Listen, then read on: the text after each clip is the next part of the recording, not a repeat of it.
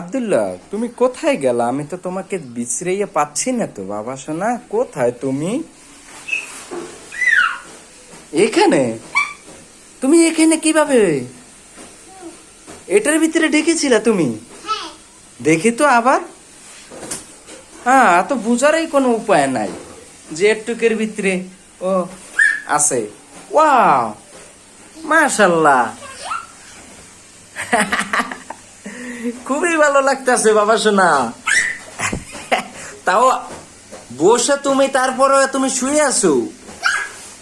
খুবই ভালো, খুবই ভালো। দুষ্টু বাবা সোনা, খুবই ভালো লাগছে বাবা সোনা।